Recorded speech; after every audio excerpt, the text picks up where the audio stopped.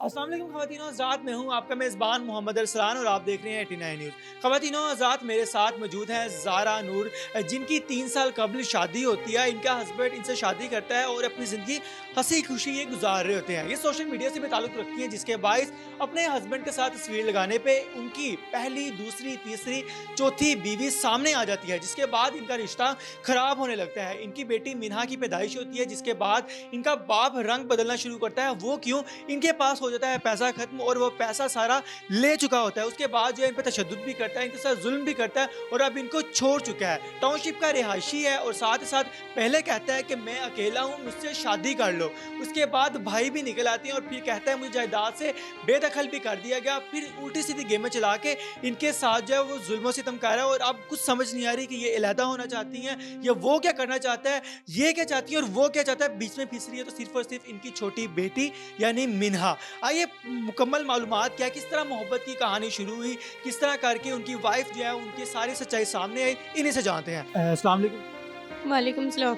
Ma'am, इतना कुछ आपके हस्बैंड ने कर दिया, 4 शादियाँ भी निकल आई, इस बच्ची को देख के भी तरस नहीं आया उसको? जो बदनस्ले लोग होते हैं ना, उनको तरस नहीं आते, वो सिर्फ गेमें करते हैं। किसी की ज़िंदगी बर्बाद करने में ना इनको सुकून मिलता है। और सबसे बड़ी बात है कि इनकी जो गलीज़ बहन भाई माँ-बाप है ना, वो इसमें इनकी सपोर्ट करते हैं। अगर उन लोगों की सपोर्ट होती है, अगर वो माँ बहन बेटियों वाले होते हैं ना, उनके घर में भी बेटियाँ हैं। अगर वो उनको चीज़ें ये समझ आ जाती ना कि हम किसी की बेटी के साथ गलत कर रहे हैं, तो आगे हमारे साथ भी गलत होगा। या उसके पास जो हमारा खून है, हमारी बच्ची है, उसके साथ हम क्या कर रहे हैं, तो मेरे ख्याल से ये सारी चीज़ें वो करते ही ना। कहानी शुरू कैसे हुई? मतलब कहाँ मुलाकात हुई? किस तरह मोहब्बत की जो सफ़र है वो शुरू हुआ? किस तरह निकाह हुआ और यहाँ तक बात आ पहुँची? कहते हैं ना कि जब ऐसी चीज़ें होती हैं ना, तो उस टाइम पता नहीं चलता वो हो जाती हैं। ज़िंदगी में जो ज़लालत लिखी होती है ना किसी वजह से, वो होके रहती है। किस्सा यहाँ से शुरू होता है। 2021 में मैं अपनी मूवी कर रही होती हूँ, गोलगप्पों के नाम से। उस टाइम मेरा अरूज होता है। फ़िल्म इंडस्ट्री में मैं काफ़ी इन होती हूँ और कोविड के दिन भी होते हैं स्टार्ट। तो उन दिनों में ना मेरा मतलब आपको पता है कि कोविड के दिनों में बहुत ज़्यादा यानी कि इतनी शूट वगैरह नहीं हो रही होती। तो मैं क्या करती, मेरा टिकटॉक अकाउंट अपना एक चला रही होती हूँ, टिकटॉक ग्रुप। तो उसमें ये बंदा ऐड होता है।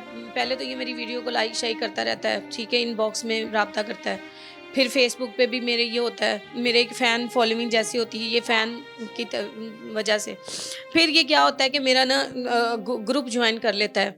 ज़ारा ग्रुप के नाम से मेरा अकाउंट होता है, वो सारे फैन्स ऐड है आपके? जी, फैन्स ऐड होते हैं, तो उसको ना ये जॉइन कर लेता है। जब उसको जॉइन करता है तो वहाँ पे ये तकरीबन ये कुछ अरसा उसमें रहता है। फिर उसके बाद रहने के बाद ये मुझे ना मेरे पर्सनल पे मैसेज करता है, क्योंकि उसमें आप नंबर आपके दिए होते हैं। तो ये मेरे से राब्ता करता है कि मैंने ना आपसे शादी करनी है।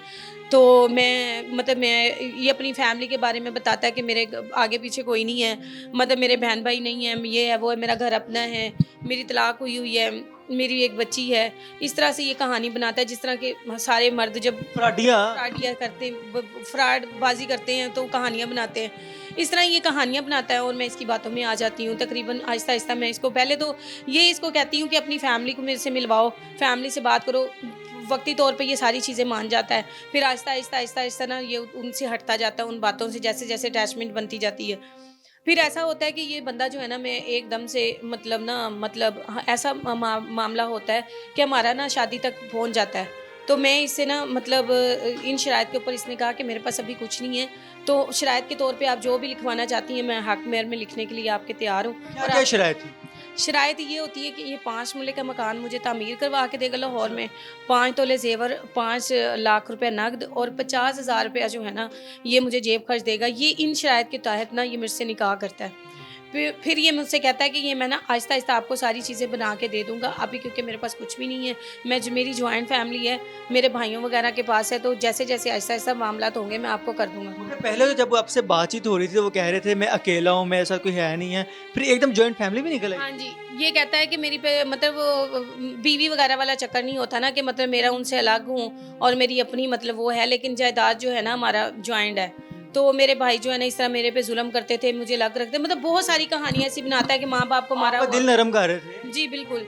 तो उसमें आके ना मैं इनकी बातों में आ जाती हूँ, जैसा कि मैंने आपको पहले कहा है, तो मैं ना इससे ना निकाह कर लेती हूँ।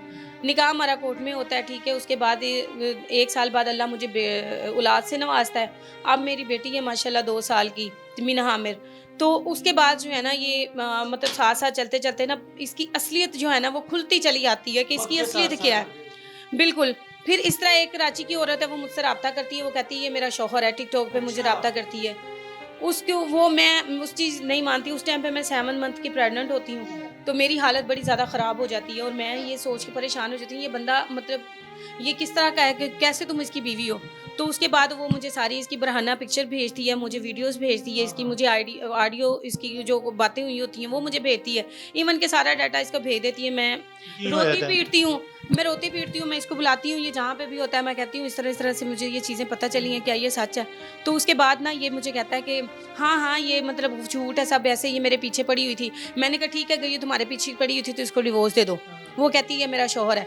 ये मेरे सामने ना उसको फ़ोन पे डिवोर्स दे देता है, ठीक है। फिर उसके बाद क्या होता है कि मतलब इस तरह सिलसिला चलता रहता है। फिर हाँ जी, ये मोबाइल नहीं अपना दिखाता ना, मैं इसे कहती हूँ मुझे मोबाइल दे, ये मोबाइल नहीं दिखाता।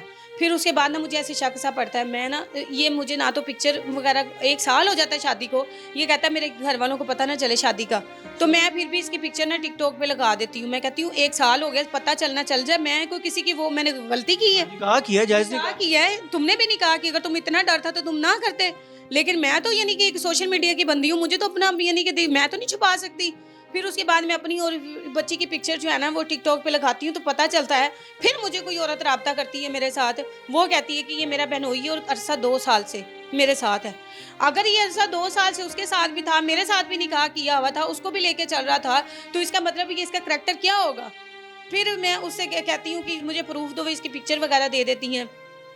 मेरा उस बंदी से राब्ता होता है, वो मुझे कहती है, फिर उस पे ये मेरी मारपीट मुझे तब करता है ये मुझे कि यानी कि ये गलत है, ये वो है। जिस तरह के बंदा अपने आप को देखते हैं वो सेफ करता है मेरे ऊपर कि तुम मुझ पे इल्ज़ाम लगा रही हो, तुम झूठे इल्ज़ाम लगा रही हो। खैर वो सारी चीज़ें सामने आ जाती हूँ, अब मेरे पास मौजूद भी हैं सारी।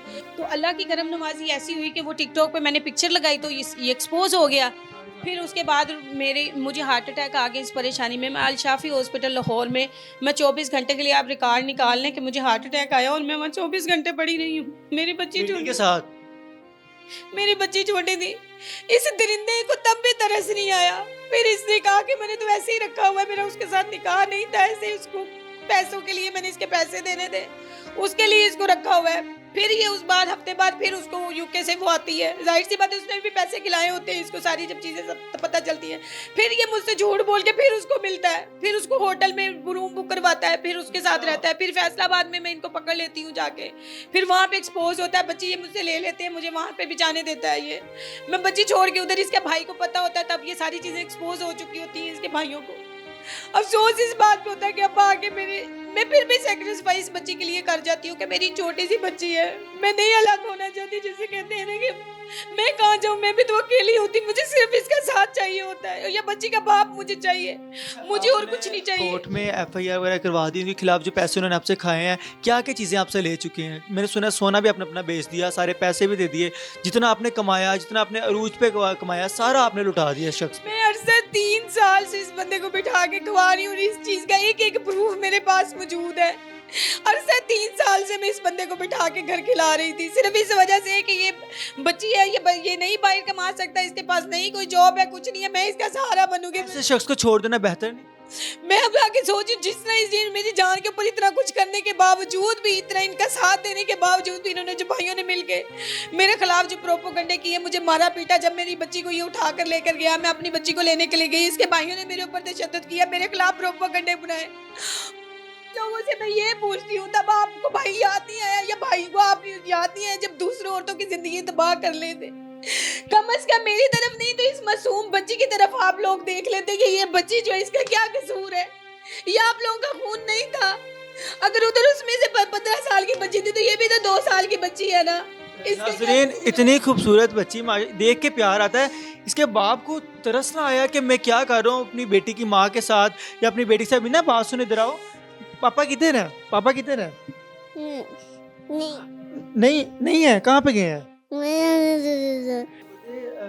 अल्लाह मुश्किलात आसान करेगा ज़रूर, आप हिम्मत ना हारें। क्या चाह रही हैं आपकी, क्या आपकी इंसाफ मिले?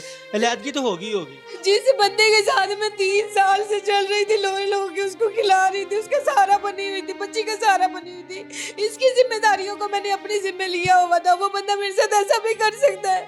क्या कसूर था मेरा? अगर उनको दूसरी औरतों के साथ ही इंटरेस्ट था, साथ साथ रखा हुआ था, पैसों के लिए करता था, तो फिर बच्चे ना पैदा करता। गुजर बसर किस तरह कर रही हैं आप? तो अकेली हैं। मैं पहले भी मैं पहले भी खुद ही करके खा रही थी।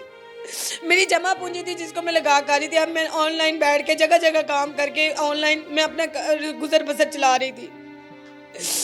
जी नाजरीन, देखा आपने, ज़ारा नूर हमारे साथ मौजूद थी, जिनकी छोटी सी बच्ची 2 साला मिन्हा भी है। बाप जो है वो इतना जुल्म सितम पे उतर आया कि उसने पैसा लेके खा लिया, और जब पैसा ख़त्म हुआ तो मोहब्बत ख़त्म होगी, अलहदा होना शुरू हो गया, इवन कि तशद्दुद भी किया। और अब ये यही अलहदगी तो होगी क्योंकि अगर अलहदगी नहीं होगी तो ये मिन्हा बच्ची जब कल को बड़ी होगी तो ये बच्ची पूरी डिप्रेशन में जाएगी अपने बाप की वजह से, अपनी माँ की वजह से और माँ बाप के ताल्लुकात की वजह से। ऐसे जाहिल लोग अगर हमारे माशरे में पाए जाएंगे तो हमारा माशरा दिन ब दिन जो है वो तरक्की के राह पे तो बिल्कुल नहीं जाएगा। जब घर में डिप्रेशन होगा, बच्चे की तरक्की की तरफ क्या खाक जाएंगे, जब उनके दिमागों में टेंशनें और इस चीज़ें डाली जाएंगी। मेरी और मैम की बस यही गुजारिश है कि इनको तो पहले से मरीम नवाज साहिबा, जितने भी लोग देख रहे हैं, इनको इंसाफ दिया जाए। इनके शोहर ने जो इनके साथ किया है, जो हरकत की हैं, उसका बदला उसे ज़रूर लिया जाए। और दूसरी बात ये कि मीना बच्ची की खातिर उसको इंसाफ ज़रूर दें। मिलते हैं किसी और वीडियो में, मुझे दे इजाज़त, अल्लाह ने के बाद।